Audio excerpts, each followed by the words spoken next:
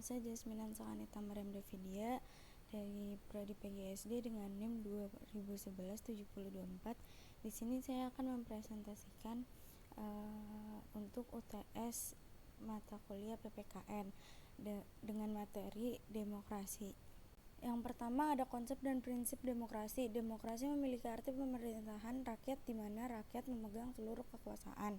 Pemerintahan di tangan rakyat sehingga dapat diartikan sebagai pemerintahan rakyat atau bisa disebut dengan pemerintahan dari rakyat, oleh rakyat, dan untuk rakyat. Selanjutnya ada prinsip-prinsip demokrasi. Yang pertama, keterlibatan warga negara dalam pembuatan keputusan politik. Yang kedua, adanya tingkat persamaan atau kesetaraan tertentu antara warga negara. Yang ketiga, tingkat kebebasan atau kemerdekaan tertentu yang diakui dan dipakai oleh para warga negara. Yang keempat, yang terakhir, ada penghormatan terhadap supresi hukum. Selanjutnya ada jenis-jenis demokrasi. Jenis-jenis demokrasi itu ada 3, secara langsung, tidak langsung, dan campuran. Nah, kalau yang langsung itu setiap rakyat memberikan aspirasinya melalui pendapat atau suara dalam menentukan sebuah keputusan. Nah, kalau yang tidak langsung itu diwakilkan oleh DPRD, DPR. Selanjutnya ada ciri-ciri demokrasi. Ciri-ciri demokrasi itu ada 6. Yang pertama konstitual, yang kedua perwakilan, yang ketiga pemilihan umum, yang keempat kepartaian, yang kelima kekuasaan, dan yang terakhir ada tanggung jawab. Selanjutnya ada perkembangan demokrasi di Indonesia.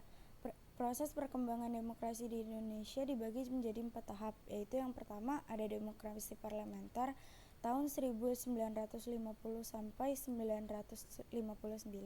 Yang kedua ada demokrasi terpimpin dari tahun 1959 sampai 1965.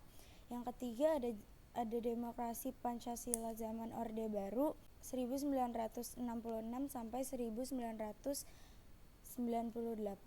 Terakhir ada zaman Pancasila zaman Reformasi dari tahun 1998 sampai sekarang.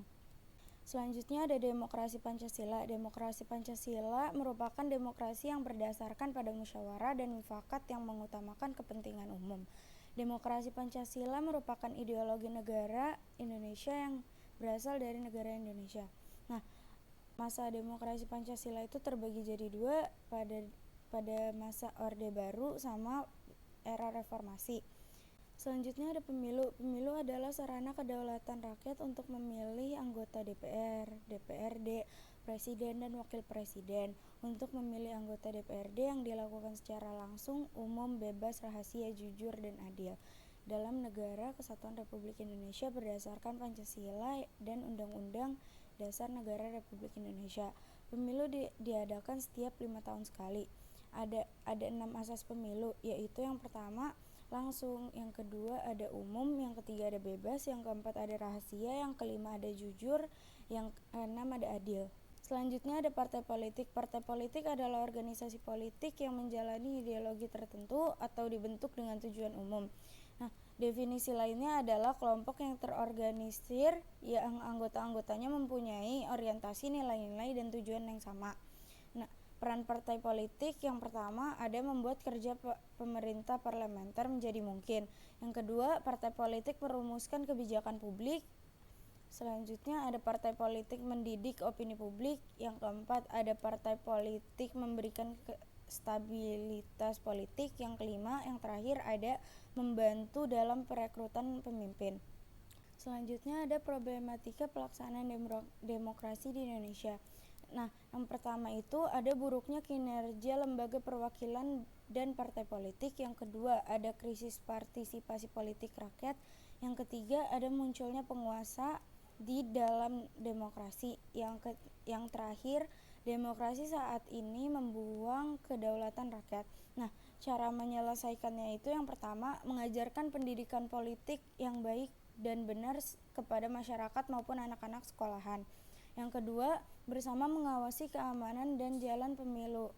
Yang ketiga, tanggap dan kritis akan suatu permasalahan. Yang keempat, membuat aksi kreatif dan inspiratif.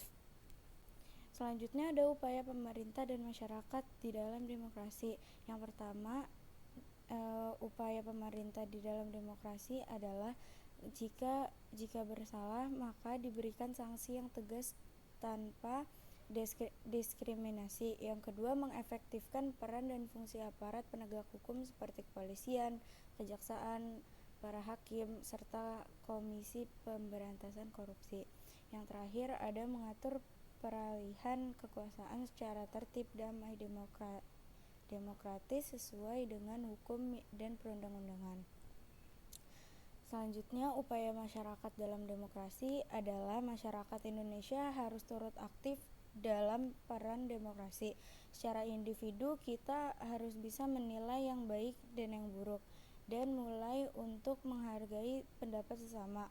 Kita juga bisa membawa perubahan ke arah yang lebih baik, dalam artian tetap menjaga persatuan, kesatuan, dan mewujudkan prinsip-prinsip demokrasi yang sesuai agar sistem demokrasi Pancasila bisa tetap berjalan dengan damai. Sekian presentasi dari saya, kurang lebihnya mohon maaf. Wassalamualaikum warahmatullahi wabarakatuh.